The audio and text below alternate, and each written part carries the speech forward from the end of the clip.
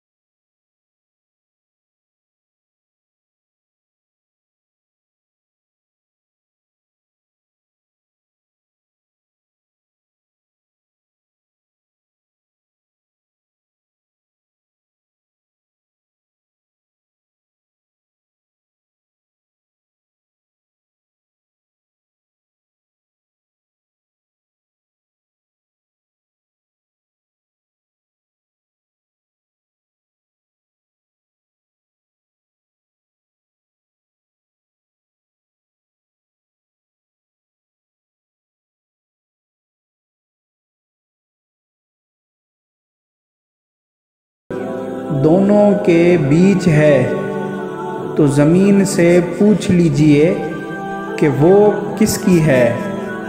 काजी हैरान रह गया।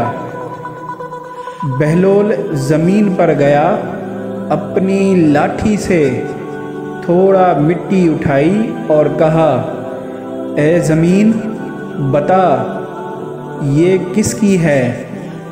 फिर बोला, ज़मीन चुप है, लेकिन एक दिन ये दोनों इसके नीचे होंगे।